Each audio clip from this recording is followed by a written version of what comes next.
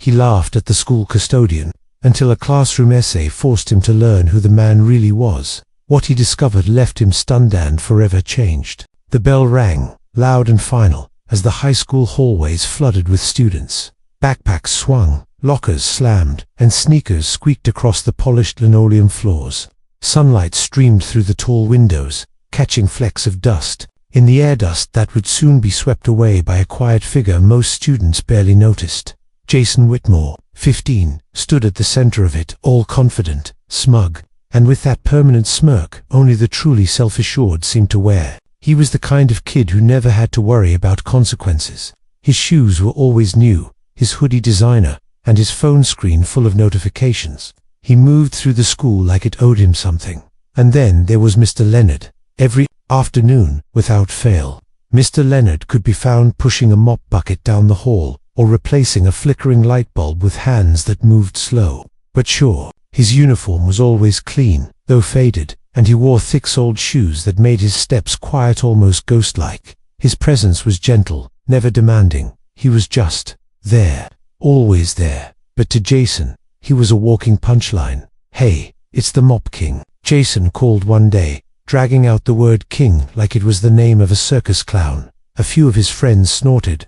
One elbowed another, unsure whether to laugh or cringe. Jason wasn't done. He hunched over dramatically, mimicking Mr. Leonard's slower gait, dragging his backpack like a mop behind him. "Look, I'm cleaning up after all you ungrateful children," he said in a mock-serious tone, as if performing on a stage. Mr. Leonard didn't react. He never did. He simply kept sweeping the same stretch of hallway, as though Jason's words floated through him like air. His head remained bowed, eyes focused on the floor, and his broom moved in soft, practiced strokes. It was the silence that annoyed Jason the most. No one ever put him in his place. Not teachers, not the principal, and certainly not a janitor. "What? No comeback?" Jason muttered as he passed, louder this time, like he wanted to provoke something. "Come on, man, say something. You got all day to clean, right?" Mr. Leonard finally looked up. His eyes were kind. Tired, maybe, but kind. He met Jason's gaze for a second that felt like longer than it should. Then, softly, he said, "Be careful with what you think you know, son." Jason blinked off. The words weren't threatening, not even firm. They were just odd, cryptic, even as if there was some deeper meaning buried beneath them. But Jason didn't ask. He scoffed and walked off, laughing with his friends, pretending. The moment didn't linger with him longer than it should have.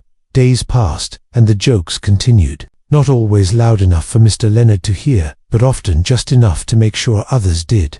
Jason had nicknames for him: Old Dusty, the Broom Whisperer, Buckethead. Some were cruel, others just lazy. Most of the time, the jokes didn't even land. What Jason didn't see, what he never noticed, was how a few of his classmates winced every time he spoke. A girl near her locker would glance toward Mr. Leonard with guilt. A quiet boy in the corner would look down, pressing his lips together, but no one said anything. Not to Jason. Because Jason was one of those kids, the kind that teachers tolerated and students feared, not because he was violent, but because he knew how to humiliate. His power wasn't physical, it was social, and no one wanted to be on the other end of it. And still, Mr. Leonard never responded. He kept to his routine, sweeping, repairing broken chair legs, taping up hallway posters that had fallen, always in the background, always unnoticed, except by Jason, who noticed just enough to ridicule. What none of them knew was that Mr. Leonard kept a small notebook in the pocket of his uniform. No one saw him pull it out. No one knew what he wrote in it. But on that particular day, after Jason's latest impersonation had echoed down the hall, Mr. Leonard paused by the supply closet. He leaned his broom against the wall, took out the notebook, and jotted down a few quiet lines. Some were armor made of mockery, others dignity, stitched into silence. Then he closed the notebook, sighed, and returned to his work. The halls were quieter than usual that afternoon. Most of the students had already rushed out the doors, eager for freedom, their voices echoing faintly from the parking lot. But Jason lingered inside, distracted by a text thread that had taken a sharp, personal turn. He didn't notice the earbud slip from his ear and fall to the floor until the music cut abruptly. He sighed and crouched to retrieve it tonally. To pause. From somewhere up the hallway came the low, melodic hum of a tune. It wasn't a song Jason recognized, not anything from the charts, not a meme track or a TikTok trend. It was older, slower, a rich, smoky kind of sound, like something you'd hear in a black and white movie or a cafe where people still read newspapers, the kind of tune that carried memory in its bones. Jason straightened and followed the sound. At the end of the hall, near the trophy case, stood Mr. Leonard, alone, mop in hand, gently swaying side to side as he worked the handle across the floor, in steady, rhythmic strokes, and he was humming, eyes half closed, completely unaware of anyone listening. Jason raised an eyebrow. He leaned against the wall and called out, louder than necessary, "What's that old people music supposed to be?" Mr. Leonard looked up, his expression calm and unbothered. As always, he didn't react with annoyance or shame, just smiled, that same slow, thoughtful smile, and said, "Something from a life before brooms." Jason blinked. "Before brooms," he repeated with a smirk. "What, like ancient history?" Mr. Leonard just chuckled, as if amused by something far deeper than the words being traded. "Let's just say I didn't always sweep halls." Jason scoffed and walked off, shaking his head, but not entirely unaffected. Before brooms, the words stuck in his mind like a stone in a shoe. Not painful, just ... annoying. It didn't make sense, or maybe it did, and he wasn't ready to admit it. The next day, Jason earned himself after-school detention again. This time, it was for mouthing off to his English teacher when she'd asked him, for the third time, to put his phone away during a lecture on personal narrative essays. Instead of the usual library duty, or sitting in silence, the assistant principal handed him a pair of old rubber gloves and pointed him toward the gym hallway, where someone had tagged the lockers with a crude drawing and a string of curse words. "Report to Mr. Leonard," she said. "You'll be helping him clean it up." Jason rolled his eyes so hard he nearly fell backward. "Seriously, janitor duty, custodian," she corrected. And yes, seriously, he found Mr. Leonard already there, kneeling beside a bucket of soapy water, scrubbing with slow determination. The man didn't look up when Jason approached, just slid over another sponge. "Guess I'm your apprentice now," Jason muttered, snapping on the gloves. Mr. Leonard nodded, still not looking at him. Everyone starts somewhere.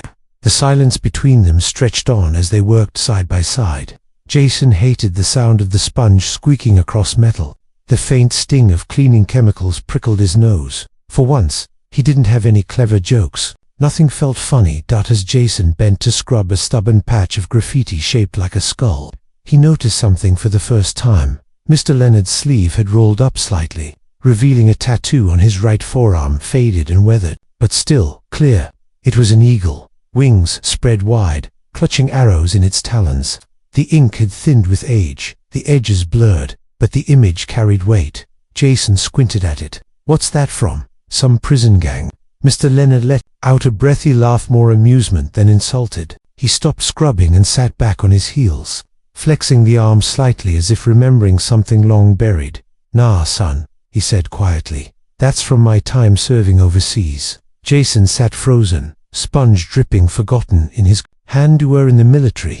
Mr. Leonard didn't answer right away. He simply went back to scrubbing, humming the same jazz tune from the hallway the day before. Jason watched him for a moment longer, the gears in his head spinning silently. He wanted to ask more, about what war, about what rank, about what happened, but the words didn't come out. Instead, he turned back to the wall and scrubbed. The graffiti was gone within the hour, but the image of the tattoo stayed burned in Jason's mind long after. He looked at Mr. Leonard differently, now, though he wouldn't admit it out loud. Not yet. There was something heavier behind that soft smile, a quiet kind of weight that came from having lived a life few people had any idea about, something that didn't match the mop, or the scuffed boots, or the name tag that just said L. Thompson. Jason didn't know it yet, but the seeds of change had been planted. He just needed the right moment to let them grow. The classroom buzzed with low chatter and the occasional screech of a chair leg dragging across tile. Sunlight slanted through the window blinds in sharp golden stripes, landing across rows of half-interested students slouched over desks. It was the kind of late afternoon where minds drifted, eyes glazed, and even teachers seemed ready to call it a day. But Mrs. Langston, the English teacher, stood at the front of the room with a firmness in her voice that signaled something was coming. "Your next assignment," she began, "is a personal essay." A few students groaned. Jason Whitmore, in the back row, barely looked up from his phone. I want you to write about someone you consider a hero. Not a celebrity, not a Marvel character, not someone you've never met, a real person. Someone who has taught you something valuable. Someone who changed the way you see the world. That got Jason's attention just barely. He leaned back in his chair, sighing loudly enough for the people around him to hear. The words real person and hero felt like they belonged in different universes. He pulled a pen from his hoodie pocket and tapped it against his desk. Already irritated, Mrs. Langston smiled with the kind of patience that came from decades of dealing with teenage resistance. It's due next Monday. 1,000 words. Double, spaced. And yes, Jason, she added, not even looking up, it counts for 20% of your grade. Jason shut his mouth. For now. Later, as the final bell rang and students filtered out, Jason stayed in his seat for a few extra seconds. His mind wasn't on the assignment. It wasn't even on his weekend plans. It was on the blank, echoing question he couldn't answer. Who do I respect enough to write about his dad? The man was barely ever home. He worked long hours, flew out for business meetings, always with some excuse about doing it for the family. Jason hadn't had a real conversation with him in months. His older brother, pleased the guy, thought he was some kind of genius just because he got into a college out of state. Every time he visited, it was all you still playing video games. And when are you going to grow up? Like Jason was some project he'd outgrown. The truth hit harder than Jason expected. He didn't have anyone, not anyone real, not anyone close. After school, Jason wandered the halls slowly, not ready to go home yet. The sun poured through the wide glass doors at the front of the school, casting everything in a warm orange hue. It was quiet, peaceful. That's when he saw him. Mr. Leonard was kneeling beside a student in a wheelchair of a quiet freshman who kept to herself. Her books were scattered across the floor, and her glasses had slid halfway down her nose. Jason had passed her in the halls 100 times and never thought twice. But Mr. Leonard was there, picking up each book carefully, checking their covers for damage, and handing them to her one by one. He spoke gently, never rushed. You all right, Miss Ava? She nodded, blinking quickly. Yeah, my wheel caught the tile edge. No harm done, Mr. Leonard said, adjusting the straps on her backpack for her. That tile's been due for fixing since last year. You did better than most. I've seen teachers trip over that spot. Ava giggled quietly, and Jason felt something twist in his chest. It wasn't the words. It was the way Mr. Leonard said them. Warm, reassuring. Like Ava wasn't just a student with wheels under her, she was a person. Equal. Seen. Then Mr. Leonard stood up, and Jason noticed something he hadn't before. The man's left leg moved, just a beat slower than the right. Subtle, almost unnoticeable, but real. A stiffness, a wince carefully hidden behind practiced movement. Jason watched him turn and walk down the hall, favoring that leg ever so slightly. He didn't limp like someone who wanted pity. He limped like someone who had decided a long time ago that he wasn't going to let pain define him. Jason stood frozen in the hallway, earbuds hanging around his neck, phone forgotten in his pocket. His thoughts tumbled over one another, disorganized and uncomfortable. He remembered the tattoo, the jazz, humming the quiet laugh when Jason had asked if he'd been in a prison gang. From my time serving overseas, Jason hadn't asked more then, but now, he wanted to. That night, Jason sat at his desk, laptop open, cursor blinking on a blank document. He stared at the title field for a long time. Then, finally, he typed, "The man who moved slower than most but sees more than we ever will." He sat back in his chair, heart oddly heavy. It wasn't an essay yet, but it was a start, and for the first time in a long time, Jason felt like maybe, just maybe, he had something worth writing about. Jason's bedroom was dim except for the soft blue glow of his laptop screen, which cast long shadows across the walls lined with band posters and shelves of sports trophies he barely cared about anymore. Outside, crickets chirped under a slowly fading sunset, but inside, silence sat heavy. He hadn't touched his essay since typing the title hours ago. Instead, he kept returning to the same sentence that kept ringing in his ears. From my time serving overseas, it didn't match the man he thought he knew. Mr. Leonard was a custodian, the janitor, the guy who wiped cafeteria tables and mopped up sick in the hallways after someone lost their lunch. He didn't belong in desert combat gear or war zones. He belonged in a school uniform with a keyring clipped to his belt. And yet, the limp, the tattoo, the jazz, the silence. Jason couldn't shake the feeling that he was standing at the edge of a cliff, and all he had to do was take one step to fall into something deeper. He opened a new browser tab and typed, slowly, Leonard Thompson, veteran, Alabama. Then he added, plus, Afghanistan, and finally, plus Custodian. The search results loaded at first.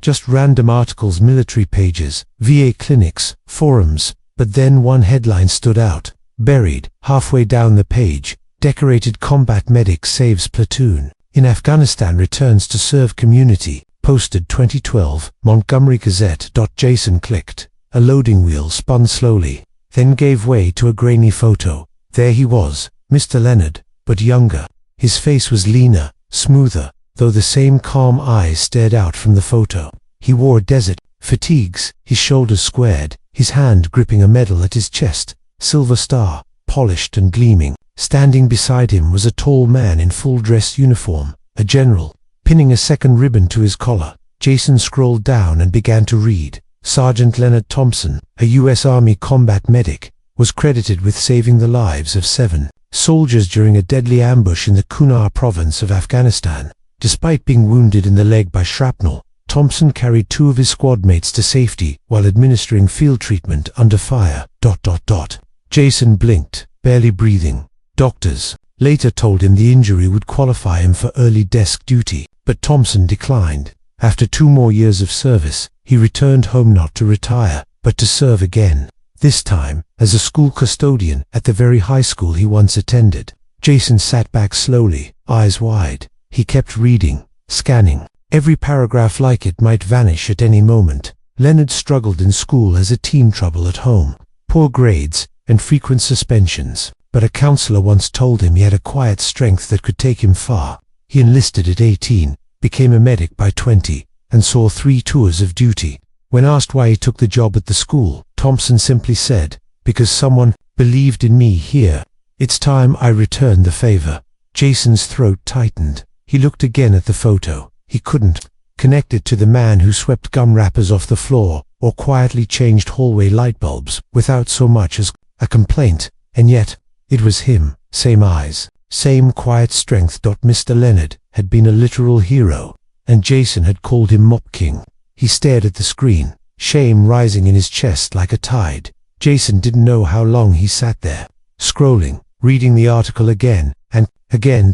Eventually, he closed the laptop and sat in the dark, the hum of the hard drive fading into stillness. His thoughts were loud. He remembered all the jokes, all the mockery, the way he'd hunched over, mimicking the limp, the way he'd laughed like it meant nothing. But it did mean something. The man he'd ridiculed had walked through hell, carried wounded men under gunfire, and then, when he could have chosen a quiet life, came back to a school full of teenagers who had no idea who he really was. Jason thought of the limp again, how Mr. Leonard never mentioned pain, of Ava in the wheelchair, and the way Mr. Leonard had helped her with dignity, of the jazz tune in the hallway, humming a melody that carried a lifetime inside it. He had been walking past a living story for years, and only now, finally, had he stopped to read it. Jason reached for his notebook, flipping past torn pages and half-doodles until he found a blank sheet. His hand hovered over it for a moment. Then he began to write, not for the grade, not for the assignment, but for himself. The morning air was crisp, golden sunlight draping the school courtyard like a warm blanket. Students moved lazily toward their classes, half awake, earbuds in, shoulders slumped beneath 2 heavy backpacks. Jason walked alone, not in his usual swaggering stride, but with a quiet intent, his hands tucked in the pockets of his HOODIE. In his right hand, crumpled but neatly folded, was the essay. He had rewritten it 4 times. He had deleted entire paragraphs, ripped out pages, started over, but now it was done. Jason turned the corner into the East Wing hallway and spotted Mr. Leonard, gently polishing the glass of the school's dusty old trophy case. The reflection of his calm face flickered faintly in the glass, eyes focused, movement steady, slow. Jason hesitated for a moment, then approached Mr. Leonard. The older man turned, a soft smile already forming beneath his salt and pepper mustache. "Morning, Jason." Jason held out the paper. his heart thudding harder than he'd expected. "I finished that essay. Thought you might want to see it." Mr. Leonard didn't speak. He took the folded sheet in his calloused hands and opened it slowly, the paper crackling faintly at the top. In clean black ink, "The Man Who Taught Me to Shut Up and Listen" by Jason Whitmore. Jason shifted uncomfortably. As Mr. Leonard read, "I used to see a janitor, a man pushing a broom, cleaning up after kids like me, a background character in a hallway I thought belonged to me. I laughed at the mop in his hand, and never once thought to ask what those hands had done before it. Now I see a man who stood between death and his brothers, who chose danger so others could go home, who came back not for praise, not for glory, but to serve again, quietly, with a limp that tells stories most of us will never understand. This isn't an essay about a hero I saw on TV. It's about a hero I almost never saw at all." When Mr. Leonard looked up, there were no words, just a silence so full, so heavy, that Jason almost broke under it. Then, slowly, the man nodded. Not big or dramatic, just a single, slow nod filled with pride and something else Jason couldn't name. "Thank you," Mr. Leonard said, folding the paper gently. "That meant more than you know." Jason opened his mouth to speak, but stopped. For once, silence felt like the most respectful thing he could offer. He turned to leave. What Jason didn't know, what he wouldn't know for 2 weeks, was that Mr. Leonard hadn't returned the essay to Mrs. Langston. He hadn't even told Jason what he planned to do with it. Instead, he slipped it into an envelope, scribbled a short letter, and mailed it to the Montgomery County Veterans Foundation. They were hosting their annual essay contest for high school students, Local Voices, honoring heroes. Mr. Leonard didn't expect it to win, but something in Jason's words had stuck with him. Not just the apology hidden between the lines, but the awakening. The way a boy who once mocked him now saw him. That was worth sharing. 3 weeks later, Jason sat in class when the intercom buzzed overhead.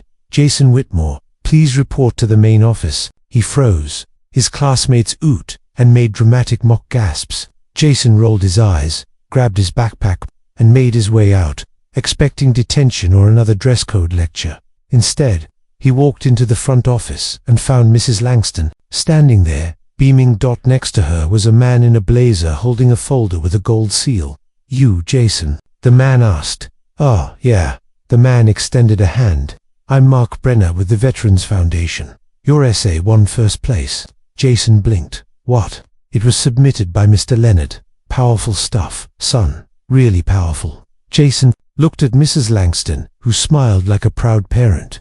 "You're going to read it at our community ceremony next weekend," Brenner added. "We've got local vets, school board members, state reps. It's a big deal." Jason's stomach dropped. Read it, out loud. To them, the ceremony was held in a local auditorium, flags draped on the walls, veterans in uniform sitting upright. In folding chairs, Jason sat backstage, sweat prickling behind his ears, paper shaking slightly in his hand. He peeked through the curtain. There, in the front row, sat Mr. Leonard, dressed in a plain suit. No medals, no flash, just the same quiet man he always was, but his hands were clasped in his lap, and his eyes never left the stage. Jason's name was called. He stepped forward. The lights were blinding. The microphone buzzed. His throat felt dry. But then he looked down at the paper, the same one Mr. Leonard had read in the hallway, and he began. His voice trembled at first, but with each line something inside him solidified. Not confidence,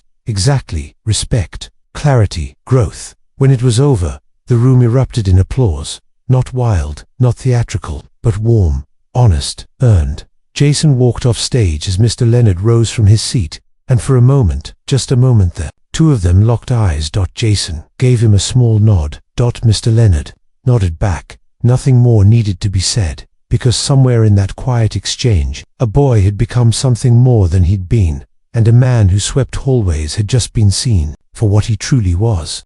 The sun had begun to set outside the auditorium, casting long golden rays through the lobby's tall glass doors. The ceremony had ended, and the crowd slowly thinned, families gathering for photos, veterans swapping handshakes, students hugging, proud parents. Laughter echoed against the polished floors, a soft buzz of pride and warmth filling the air. But Jason Whitmore stood still. He hadn't moved from the side of the stage since he stepped down. The applause had faded. The lights had dimmed. and yet something inside him still hummed like a quiet current, running deeper than nerves or excitement. He scanned the room. Then he saw him. Mr. Leonard stood off to the side near the doors. Not in the middle of any crowd or conversation. He never was. He simply waited, hands behind his back, his black suit crisp against his brown skin, his frame calm and grounded. Jason walked toward him, still holding the now creased copy of his essay. In one hand, they stood face to face beneath the soft amber lights. For a long moment, neither spoke. Then Jason extended his hand. Mr. Leonard looked at it, then took it. His grip was firm, steady. There was no ceremony to it, no dramatic music or audience to witness it. Just a boy and a man, once divided by ignorance, now connected by understanding. Jason cleared his throat. "I still don't know half your story," he said, his voice quieter now. Not from uncertainty, but from respect. Mr. Leonard smiled, that same slow, thoughtful smile he always wore. "You know enough, son," he said gently. "Enough to tell your own better." Jason's brow furrowed slightly. "What do you mean?" Mr. Leonard let go of his hand and glanced toward the doors, watching the last beams of light fade behind the horizon. "Most people spend their whole lives looking outward at what others are, what others have done. But real growth," he tapped lightly on Jason's chest, "that starts here, with seeing the world differently, with seeing yourself differently." Jason looked down for a moment, his throat tightening. "All this time," he murmured, "you were walking these halls, carrying that history, and I never saw it." Mr. Leonard chuckled softly. "Most don't. That's all right. Sometimes the loudest lives are lived quietly." Jason looked up, searching his eyes. "Why come back here? Why not take some other job, something easier?" Mr. Leonard leaned slightly against the wall, folding his arms. "Because this is where I needed to be," he said simply. "This place, it saved me once. When I was a kid, troubled, angry, damn near dropped out twice. But someone saw something in me, a guidance counselor, long retired now. She told me I mattered, that I could serve something bigger than myself." He paused. "So I did. And when I was done out there," he nodded vaguely toward the world beyond the glass doors, "I came back here, because some kid, someday, would need someone to believe in them, even if they didn't deserve it yet." Jason felt something crack open in his chest. He had mocked this man, dismissed him, reduced him to a uniform and a broom, and yet, here he was, still standing, still giving, still patient enough to wait for the slow bloom of a kid like him. Jason opened his mouth, then closed it again. There were no words big enough. Mr. Leonard reached into his coat pocket and pulled out a small envelope. "This came for you," he said, handing it over. Jason unfolded it. Inside was a letter from the Veterans Foundation, a printed certificate, a scholarship check, small but real, enough to matter. Jason stared at it, stunned. "I didn't even know you submitted it," he said. Mr. Leonard nodded. "Didn't have to. You wrote it for the right reason. I just made sure it got where it needed to go." Jason swallowed. "Thank you." Mr. Leonard placed a hand on his shoulder. "Just remember," he said, "what you do next, that's what matters." Then he gave a small nod, as if closing a chapter, and with that, he walked away, limping gently, humming softly, disappearing once more into the background where he had always lived, unseen, until now. The following week at school, Jason saw Mr. Leonard in the hallway again, same mop, same routine, same calm presence. But this time, when he passed him, Jason didn't look away. He said, clear and firm, "Morning, Mr. Leonard," and Mr. Leonard smiled. "Morning, Jason." That was it. No applause, no spotlight, but something had changed. Jason walked through the hallway, no longer as a boy who mocked, but as someone who noticed, someone who understood, someone who had grown. He didn't know where his story would go from here, but now, finally, he had a new chapter to write. The school year rolled on. Seasons shifted, leaves turned gold, then bare, then green again. The halls echoed with new voices, new footsteps, new laughter. And yet, through it all, Mr. Leonard remained, mop in hand, keys jingling at his side, soft jazz sometimes humming under his breath. He was a constant, quiet, steady, the kind of presence that seemed like background until you finally realized the ground you stood on had always been shaped by hands like his. Jason, now a senior, saw the school differently, not because the paint had changed or the lockers had been replaced, but because he had changed.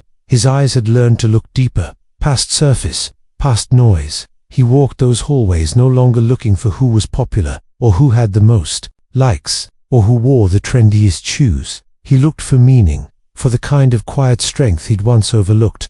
Every so often, Jason would still catch glimpses of who he used to be, a freshman snickering at Mr. Leonard's slow walk, a cluster of students mimicking his limp behind his back. Jason would stop, watch. Sometimes he'd say nothing, other times he'd step in. One day, he caught a younger student whispering janitor jokes near the science wing. Jason calmly walked over, leaned against the locker beside him, and said, "You know he's a decorated war medic, right? Saved lives, got injured in Afghanistan, came back to help kids like us." The younger student's face turned pale. Jason didn't say it with anger or showmanship, just truth, heavy and clean.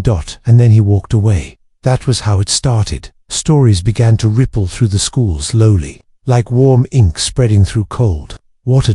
Not from Mr. Leonard, he never said a word, but from Jason, from Mrs. Langston, from the veterans event where Jason's essay had been read aloud and posted on the school's website. People began to see Mr. Leonard not just as a custodian, but as a man who chose to return to a place that had once failed him, so he could help it become better. And the way he helped wasn't flashy. He didn't shout or demand attention. He just showed up, every single day, with patience, humility, and a quiet dignity that didn't need applause.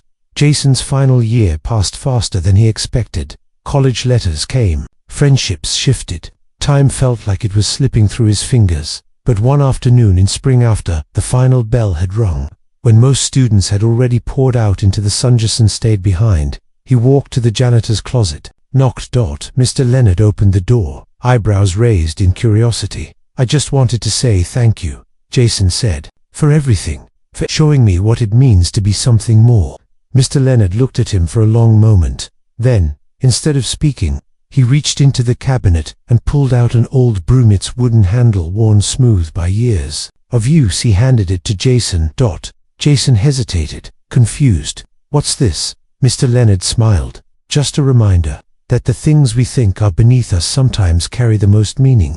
Jason held the broom in his hands. It was heavier than he expected. He nodded, said nothing more, but he understood. On graduation day, while the other students scribbled yearbook quotes about taking over the world and living their best life, Jason wrote something simpler beneath his photo. "Some heroes sweep halls, not headlines." Most people didn't get it, but Mr. Leonard did. Moral of the story: never assume a person's worth by their job or by their silence. Sometimes, the ones who move the quietest carry the heaviest truths. Sometimes, the strongest people in the room are the ones no one claps for. The ones who show up not to be seen, but to serve. Not to be remembered, but to make others stronger. We're taught to measure greatness by volume, by trophies, by likes, by noise. But real greatness, it's in the steady hands that sweep the floor after we've gone home. In the quiet man who picks up dropped books with a limp and a smile. In the people who never tell you how much they've sacrificed because they'd rather you grow than